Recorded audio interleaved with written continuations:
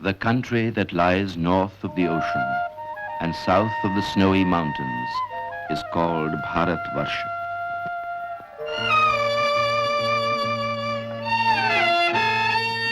Traversed by green and fertile hills, blossoming trees bright with orchard gleams, and fields of waving corn, touched by the golden rays in the east, India is bounded on three sides by the palm-clad seashores, chanting to the tune of the ocean waves.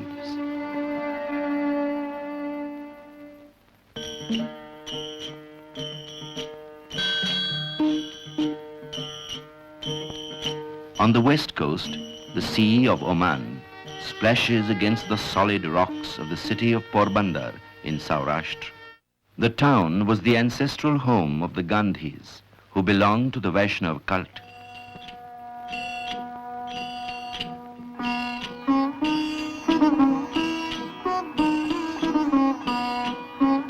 It was here that Mohandas Karamchand Gandhi was born on the morning of October 2nd, 1869. Uttam Chand Gandhi, Mohan's grandfather, was the Diwan of Porbandar. Karamchand Gandhi, Mohan's father, succeeded Uttam Chand as Diwan. Karamchand, like his father, was a man of principle and loved virtue more than wealth.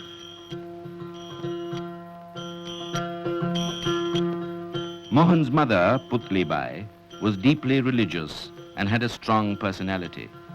She would take the hardest vows without flinching.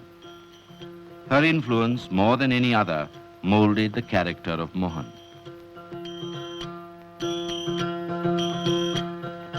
At the age of 6, Mohan was sent to school close to his house.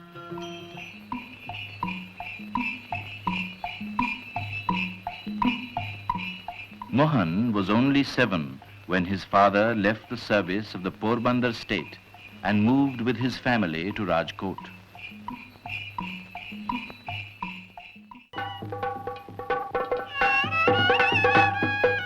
At the early age of 13, Mohan was married to Kasturbai, of the same age at Porbandar. Soon he assumed the authority of a husband. In 1887, Mohandas Gandhi passed the matriculation examination from the Ahmedabad Center and joined the Samaldas College at Bhavnagar. But at the end of the first term, he left the college to proceed to England to study law. At the age of 18, he sailed from Bombay on September 4th, 1888. Mohandas Gandhi joined the Inner Temple to qualify as a barrister on November 6, 1888.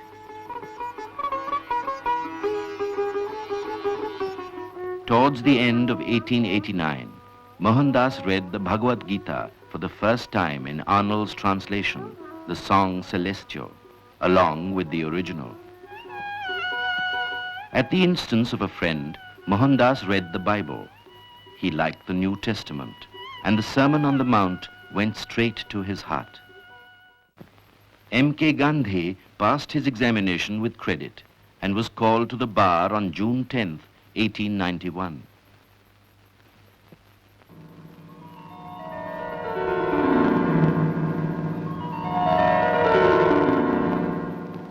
The sea was stormy on July 5th when barrister Mohandas Gandhi landed at Bombay. The joy of homecoming was turned into boundless grief for him. She, whom he was so eager to meet, his beloved mother, had passed away. To establish legal practice, gain experience of courts, and study Indian law, Barrister Gandhi applied for admission as an advocate to the Bombay High Court. In April 1893, Gandhi set forth for South Africa to appear in a lawsuit on behalf of an Indian firm on a year's contract.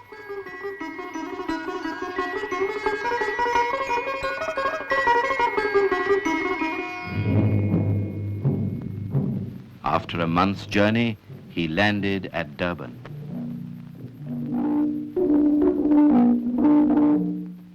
The racial discrimination in the society startled him and cut him to the quick.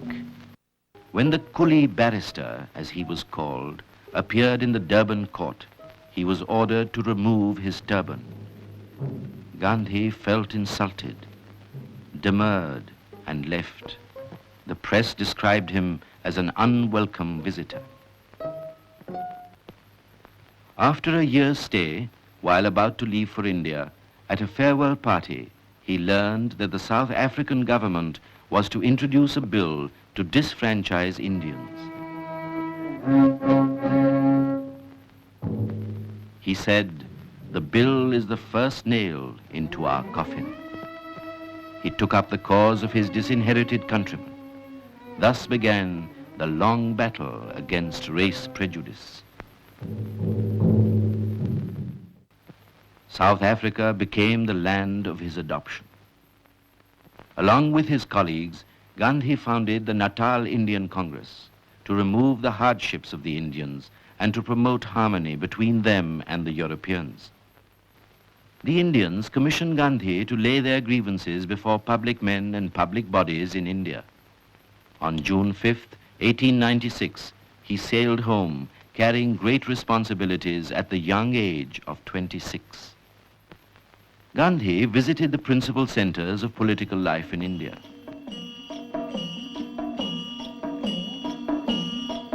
His impassioned speeches stirred the Indian mind. In response to an urgent cable from Natal, Gandhi left India with Kasturbai on November 28, 1896.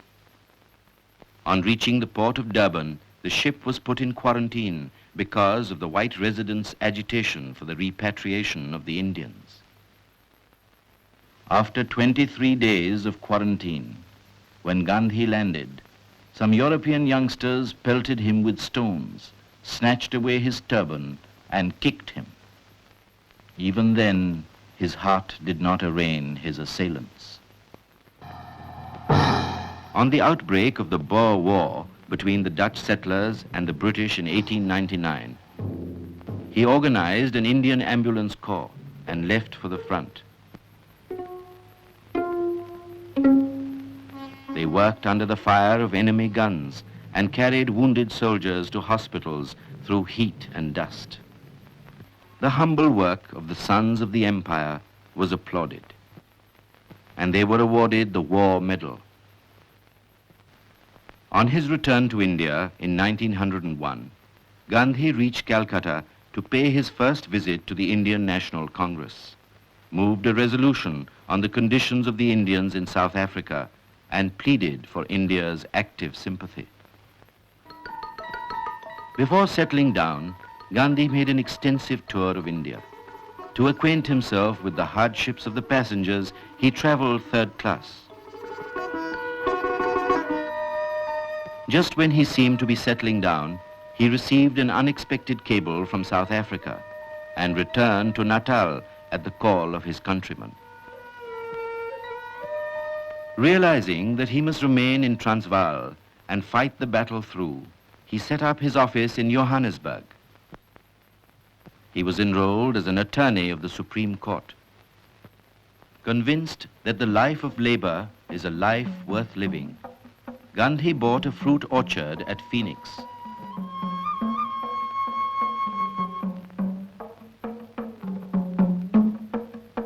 He formed a nucleus of a settlement which led a Spartan life. The colony was self-supporting, and the material requirements of life were reduced to a minimum. Gandhi was dismayed to find that the Transvaal government had introduced an ordinance compelling all Asians to take out a certificate of registration. Condemning this black act, Gandhi observed that it was not merely abominable, but a crime against humanity. The Indian community was fiercely indignant. On September 11th, 1906, Gandhi took the pledge at a mass meeting with God as witness. "I shall die, but not submit to the anti-Asiatic law. Since that day, Gandhi's life story has mainly been the history of Satyagraha. On January 10th, 1908, Gandhi entered the prison gate for the first time for civil disobedience. After about a fortnight, the prison gates were opened for Gandhi and his colleagues, consequent upon the Smuts-Gandhi settlement. General Smuts played foul and did not repeal the Black Act. The Indian community was thrown into a turmoil. The struggle was resumed with a bonfire of certificates. Gandhi's dream of developing a community of satyagrahis, living a new and simple life in rural surroundings, took final shape on a farm near Johannesburg named after Tolstoy. On the passing of the Immigration Bill, a fresh grievance arose, and Gandhi said, "Once more into the breach, my friends." In October 1913, hundreds of Indians, men and women with children in their arms, thronged Newcastle to march to Transvaal as a protest against the £3 tax levied on their freedom. The soldiers of Satyagraha offered prayers and began the epic march in the name of God. Gandhi was arrested 3 times in 4 days, but the march continued, proclaiming the grim tenacity and the stern determination of the marchers. On the triumphant end of the Satyagraha struggle, Gandhi observed, "Satyagraha is a priceless weapon, and those who wield it are strangers to disappointment or defeat." Gandhi felt that his mission in South Africa was over. He had spent 21 years there, sharing to the full the joys and sorrows of human experience, and had realized his vocation in life. He sailed for England on July 18, 1914, along with Kasturbai, on his way back to India. Seeking his own hermitage in an atmosphere of renunciation and service, Gandhi founded the Satyagraha Ashram at Kochrab near Ahmedabad on May 25th. With 25 inmates bound by vows of truth and celibacy, non-violence and non-possession, Swadeshi, Khadi, and the removal of untouchability. In 1917, Gandhi found a congenial task in the service of the oppressed peasants on the indigo plantation of Champaran in North Bihar. His arrival for investigation into their grievances roused new hopes in the peasants, and they thronged to him to tell their woes. The compulsory growing of indigo was abolished on the recommendation of the Inquiry Committee. The century-old stain of indigo was washed away, and the country had its first object lesson in individual civil disobedience. In the middle of 1917, on the outbreak of the plague in Kochrab village, Gandhi shifted his ashram to the bank of the river Sabarmati.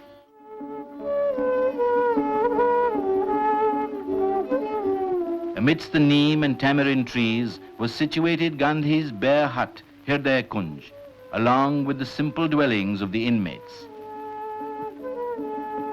Life at the ashram gave full play to the emotion and intellect of the residents. Gandhi arrived in Bombay for medical treatment as hard work coupled with uncooked food had ruined his health. His refusal to take medicine and the vow not to take milk came in the way of his recovery. He yielded to Kasturbai's suggestion that he should take goat's milk.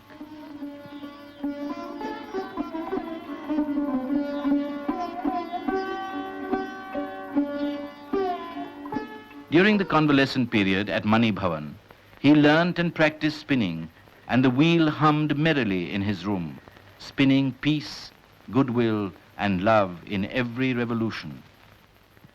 On his sickbed, Gandhi was roused by the publication of the notorious Rowlatt Bills in February 1919, which sought to crush the civic rights of Indians and to gag the voice of revolt. A wave of anger greeted the bills all over India. In spite of the united opposition of all elected Indian members, on March 18, the black bills were pushed through and became law. On Sunday, April 13th, Brigadier General Dyer marched with his armed force through the tortuous, torrid streets and mazy lanes of Amritsar. He ordered the troops to fire upon the seething mass of humanity gathered for a peaceful meeting. The firing continued till the ammunition was exhausted, killing 375 and injuring over 1,000 helpless men and women.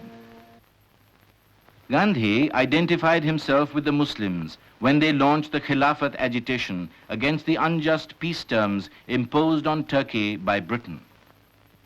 The Khilafat movement adopted Gandhi's doctrine of non-violent non-cooperation as an infallible remedy. On July 31st, he inaugurated the campaign for the boycott of foreign cloth by kindling an immense bonfire in Bombay, not out of racial hatred, but as a sign of India's determination to break with the past. Here in Madurai, he decided to discard his cap and vest, realizing that the millions were too poor to replace the discarded foreign clothes. On the morning of September 21st, his head was shaved and he wrapped a piece of khadar around his loins. Thus he resolutely took to the loincloth. The Congress again proclaimed its faith in civil disobedience as a weapon equally effective and more human than armed rebellion, and delegated its powers to Gandhi as its sole executive authority. Gandhi informed the Viceroy that Bardoli Taluka in Gujarat was to be the first unit of non-violent mass revolt. But on February 5th, 1922, on the outbreak of violence at Chauri Chaura in the district of Gorakhpur, taking the sins of the people upon himself, Gandhi made a confession. God spoke clearly through Chauri Chaura. Mob violence, even in answer to grave provocation, is a bad augury. He suspended the intended mass civil disobedience in Bardoli and imposed on himself a 5-day fast as a penance. On March 10th, when Gandhi was about to retire, the police party arrived in the ashram to arrest him.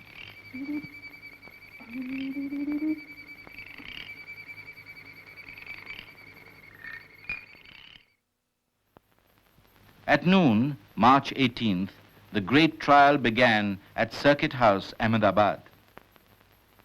Gandhi was indicted on 3 seditious articles published in Young India. Accused Mohandas Karamchand Gandhi, aged 53, describing himself as a farmer and weaver by profession, spoke in his own defense and pleaded guilty to the charge. The most epic event of modern times ended quickly. Gandhi was sentenced to 6 years' simple imprisonment. On February 4th, the government remitted the unexpired portion of Gandhi's sentence and released him unconditionally. The 39th session of the Indian National Congress was held at Belgaum on December 26, 1924, with Gandhi as the president.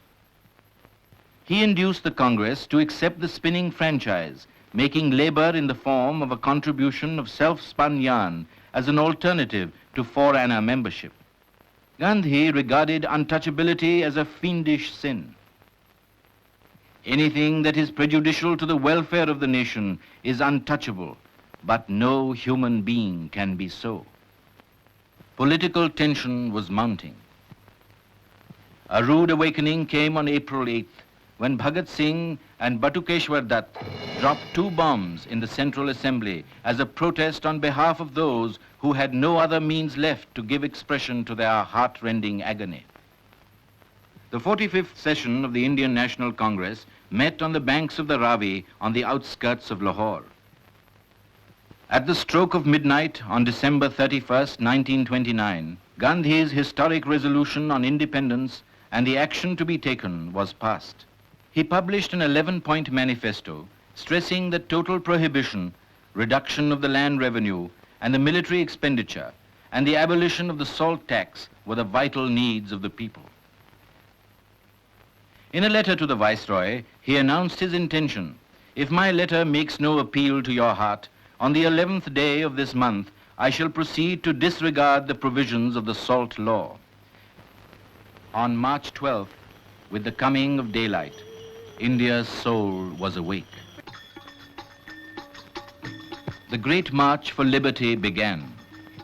Gandhi started on his 241-mile-long trek from the ashram to Dandi, a village on the sea coast, along with his chosen band of 78 ashram inmates. Daily, Gandhi tramped about 10 miles.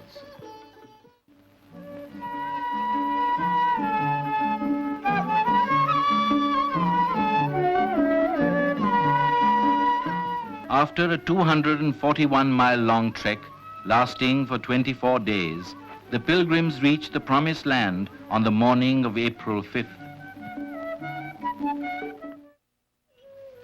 On April 6th, after the dip into the sea, walking at a slow pace in solemnity, Gandhi picked up a lump of natural salt on the seashore, and the nefarious monopoly was broken. This was the signal for which the nation had been long waiting. There were numerous prosecutions, more numerous arrests, far more numerous detentions, forcible seizures of salt, and brutal and savage assaults on the people. India was in full revolt. Scores of members resigned from the legislature. The Congress committees were declared illegal. The police began mass arrests. India became a vast prison house, and yet the government failed to bend the people.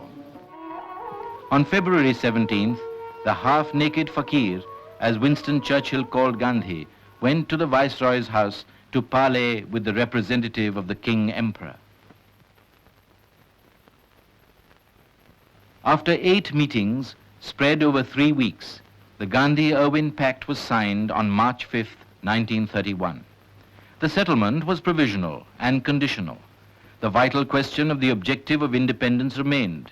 "It is not wise to say which is the victorious party," remarked Gandhi. The prison gates opened. Thousands of civil disobedience prisoners were discharged and welcomed by the people. Despite Gandhi's desperate pleading, Bhagat Singh, Rajguru, and Sukhdev were executed on the eve of the Karachi Congress. The Karachi Congress, convened under the shadow of Bhagat Singh's execution, truly represented the temper of the country at the moment. As Gandhi arrived, the demonstrators greeted him with black flags and shouts of "Down with Gandhiism" and "Long live Bhagat Singh." Gandhi received them sweetly and smilingly accepted the black flowers, and their indignation completely subsided. The Congress ratified the Gandhi-Irwin Agreement and appointed Gandhi as the sole Congress representative at the Round Table Conference. Gandhi reached Bombay on August 29th to catch the boat in time. SS Rajputana was ready to sail. Accompanying Gandhi were 2 fellow delegates, Sarojini Naidu and Madan Mohan Malaviya.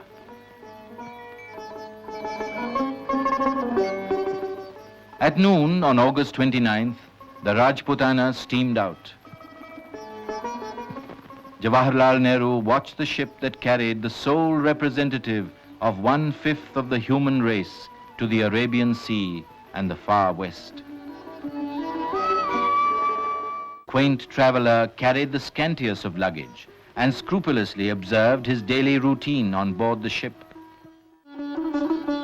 On the misty, cold morning of September 11th, SS Rajputana anchored at Marseille. When the spiritual ambassador of India alighted on the soil of war-weary Europe, he was hailed with shouts of "Vive la Gandhi!" At Folkestone on September 12th, Britons gathered to greet the guest of the nation. Gandhi landed on British soil with thoughts of the hard task ahead. I am here to vindicate the honor of India and to uphold truth as I see it, for I believe it is the keystone of life.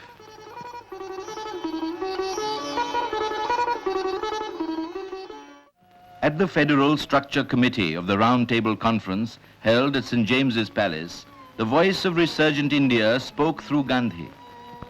The goal of absolute independence remains intact. Gandhi stressed the need of adult suffrage and racial equality and advocated an honorable partnership between India and Britain. The nation that does not control its defense forces and external policy, asserted Gandhi, is hardly a responsible nation. He struck a note of warning. A nation of 350 million people needs simply a will of its own to say no, and that nation is today learning to say no.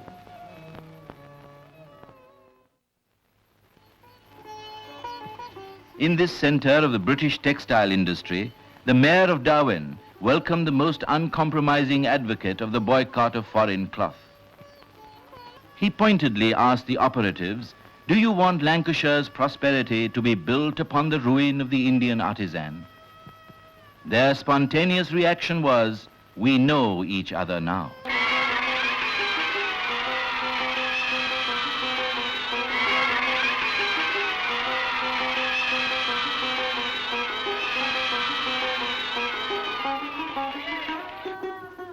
The Round Table Conference was completely abortive. Every divisive tendency in India was encouraged. The conference concluded on December 1st.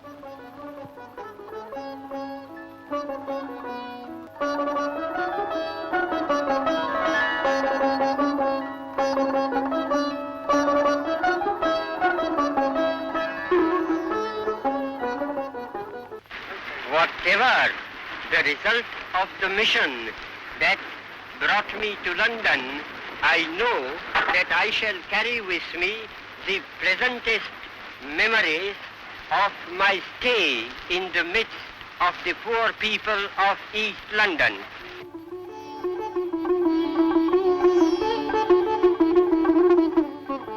On December 5th, 1931, Gandhi left Britain without any disappointment. Gandhi boarded the Channel boat to the French coast on the way home, leaving behind seeds of goodwill and mutual understanding.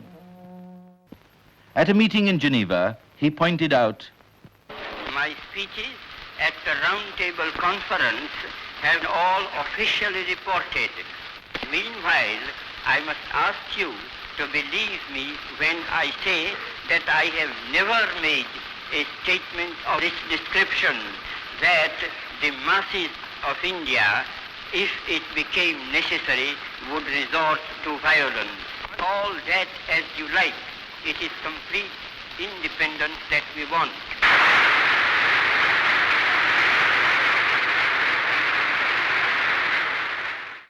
On December 14th, Gandhi boarded SS Pilsner at Brindisi en route to India. On December 28th, 2 days after the arrest of Jawaharlal Nehru, Gandhi reached the shores of India.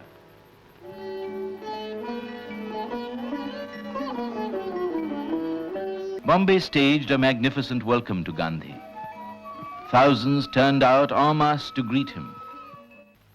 Gandhi encamped on the terrace of Mani Bhavan and acquainted himself with the situation.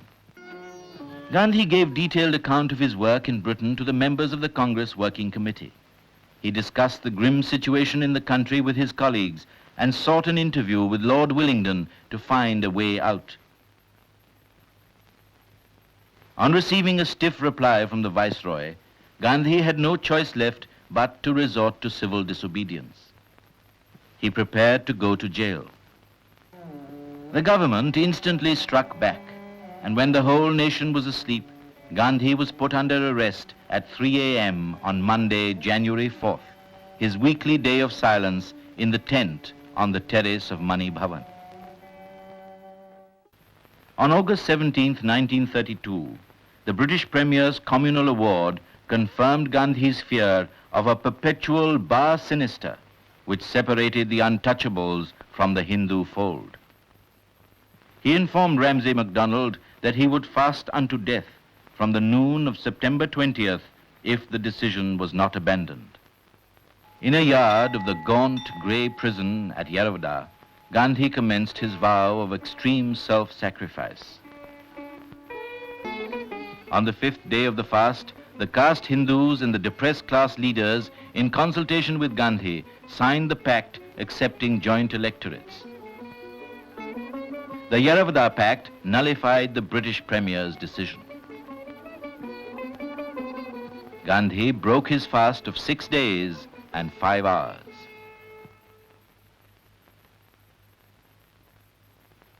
Naming the untouchables as Harijans, God's own people, Gandhi began conducting the weekly Harijan from the prison, which brought about a renaissance of faith and hope for millions. On July 31st, Gandhi disbanded the 18-year-old Sabarmati Ashram as a gesture of sympathy with those who had lost property in the freedom struggle. He made it over to the Harijan cause and shifted his headquarters to Wardha, the geographical center of India. Gandhi tramped to Segaon, later called Sevagram. Sevagram Ashram was but an experiment in truth and non-violence. Gandhi lived here with Kasturbai as a villager of his dream. In September 1938 came the moral catastrophe of Munich.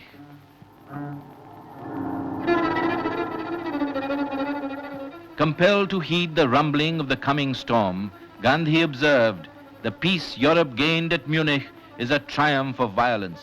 It is also its defeat. The science of non-violence can alone lead to pure democracy."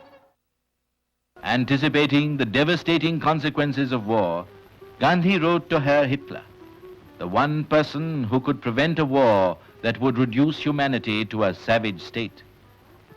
"Must you pay this price for an object, however worthy it may appear to you? Will you listen to the appeal of one who has deliberately shunned the method of war?" he asked. For a while, to pass beyond the darkness that enveloped the destiny of the world, Gandhi and Kasturbai visited Shanti Niketan at poet Tagore's invitation in February 1940. Poet welcomed Gandhi as one of their own and as one belonging to all humanity.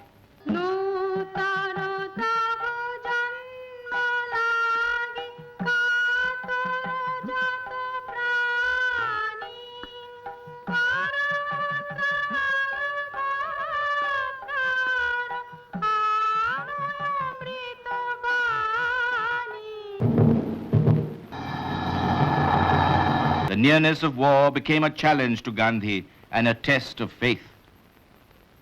He resumed the weeklies to disseminate his view that all war is immoral. Just then, Sir Stafford Cripps came to India with the proposals of the British War Cabinet on self-government for discussion with representative Indians. On March 27, Gandhi arrived in New Delhi as Cripps was anxious to meet him.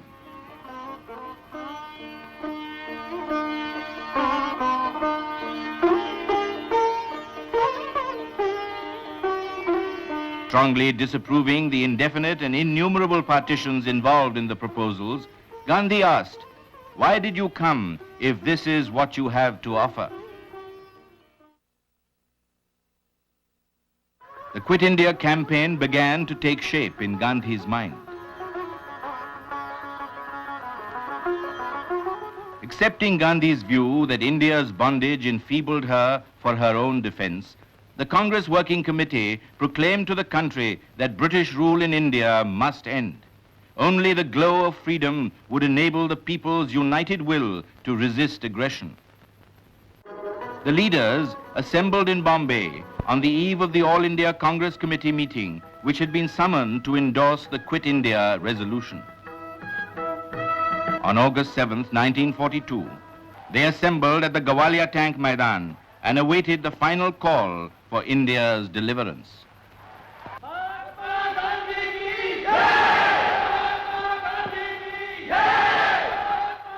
Outlining his plan of action, Gandhi spoke for 2 hours. He declared that he would try for an honorable settlement before commencing the actual struggle. Concluding, Gandhi said, "Here is a dictum for the non-violent soldier of freedom. Do or die."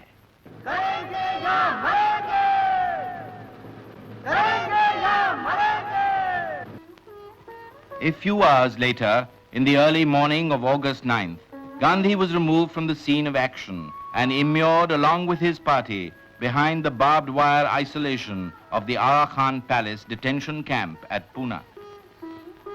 In detention, Kasturbai's health deteriorated fast. She died as a prisoner on February 22nd, 1944.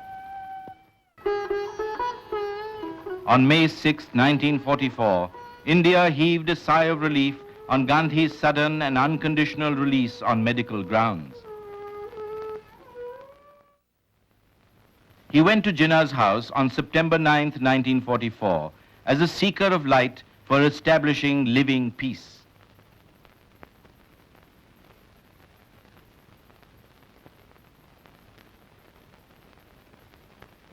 The 18-day talks never converged, but ran a parallel course and broke down. The cleavage was on the cardinal issue of the two-nation theory. Gandhi had no sense of disappointment or despondency, though the talks did not prove fruitful. In August 1945, the horror of the atom bomb was loosed on Hiroshima and Nagasaki. The Second World War was over. Drawing a moral from the supreme tragedy of the atom bomb, Gandhi reiterated his faith in nonviolence. The atom bomb has deadened the finest feeling that has sustained mankind for ages. It will not be destroyed by counter bombs, even as violence cannot be by counter violence. The British Labour government's delegation arrived in India in March 1946 to discuss terms for the transfer of power. Gandhi came to Delhi to meet the British delegation at the request of Lord Pethick Lawrence and lived at the sweeper's slum. Simla was fixed as the venue for further talks. Abul Kalam Azad, Jawaharlal Nehru, Khan Abdul Ghaffar Khan, and Sardar Vallabhbhai Patel arrived in the first week of May to represent the Congress viewpoint in the conference. Gandhi accepted the delicate role of advisor to the cabinet mission and came to Simla having full faith in the mission's intention. But the conference could not achieve an agreement between the Indian National Congress and the Muslim League and broke up on May 12th. A call by the Muslim League to observe August 16, 1946 as Direct Action Day to protest against the proposed formation of the interim government let loose an orgy of violence at Calcutta. Madness seized a section of humanity which killed, maimed, and burnt. The fury spread, burning its way into Naukhali and Tripura, rural areas of East Bengal.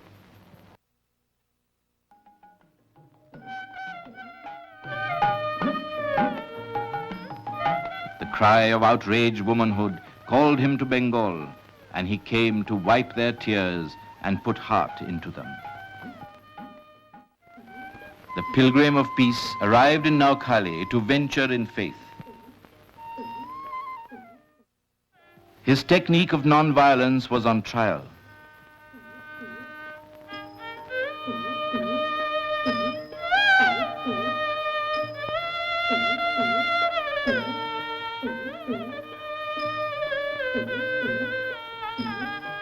Emphasizing the need for complete religious toleration, he maintained, in every province, everyone is an Indian, be he a Hindu, a Muslim, or of any other faith.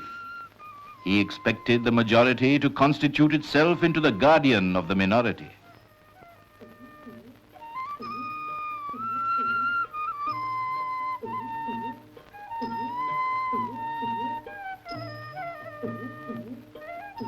In Gandhi's presence, fear fled, and the hold of fanatical terror loosened.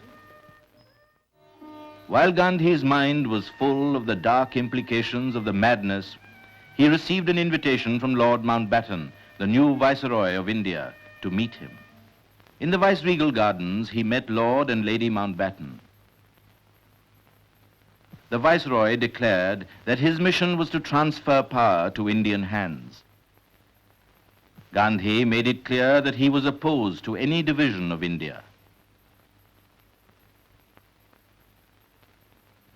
On June 3rd, Mountbatten secured the consent of the Congress and the League leaders to the British government plan of setting up two independent dominions on August 15, 1947.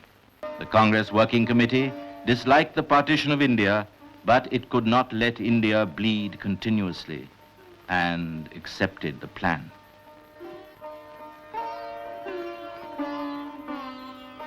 Gandhi was steadfastly opposed to the division of India, and yet he urged the members to support the decision with full faith in their leaders. While the work of partition was proceeding at breakneck speed, Gandhi was in Calcutta dispelling hate with love.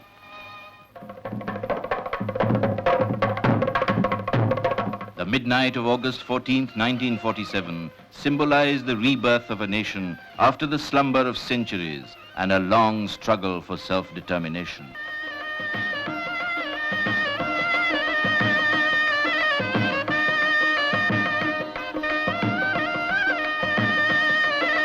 Jawaharlal Nehru, the first Prime Minister, said with moving eloquence, "Long years ago, we made a tryst with destiny, and now the time comes when we shall redeem our pledge. At the stroke of the midnight hour, when the world sleeps, India will awake to life and freedom." On August 15th, the appointed day, people gathered to welcome the dawn of a new age and witness the peaceful transfer of power.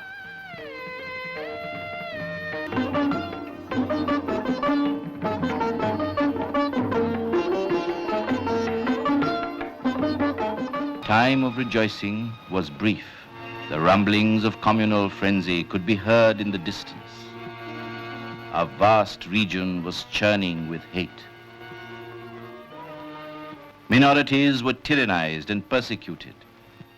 Millions of men, women, and children, uprooted from their settled homes and cut off from their old moorings, migrated on a dimension unprecedented in recorded history and trekked their way to safety. Communal harmony and the secular state were in great jeopardy. In Delhi, Gandhi saw ruptured human relationships. Out of the depths of anguish came the decision to fast unto death, to purge the city of Delhi of the communal virus and lay his head on God's lap. He gave vent to his feeling. Death for me would be a glorious deliverance, rather than that I should be a helpless witness to the destruction of India. As the leaden hours crept by, and drop by drop, strength ebbed out of the frail body on the fasting bed, a deep heart-searching set in amongst all concerned. The fast terminated with the reunion of hearts of all communities, brought about by an awakened sense of duty on January 18th.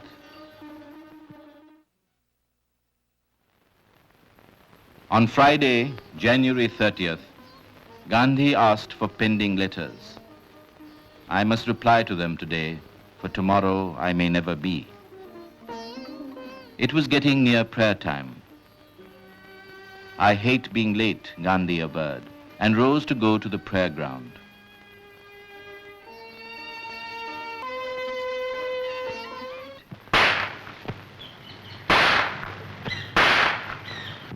Nathuram Godse lodged hot lead in the soft flesh of the man who had known no enemy.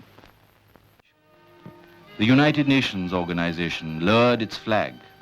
Peoples of all races felt as one human family in mourning.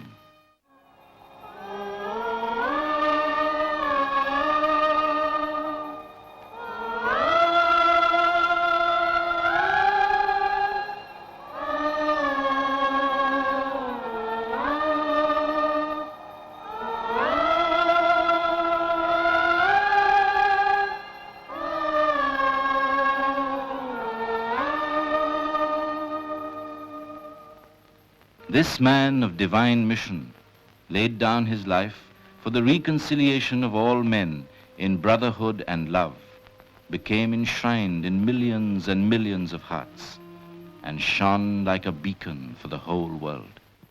The best prayer that can be offered is to obey the mandates of the Master and to follow the path for which he lived and died.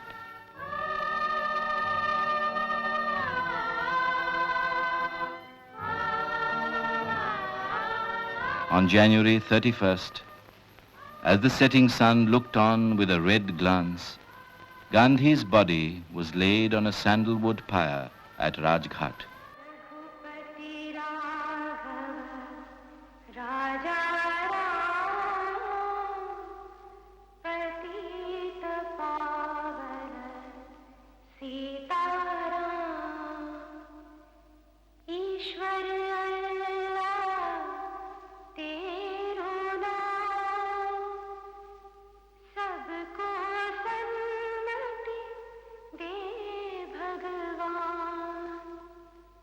Raghupati Raghav Raja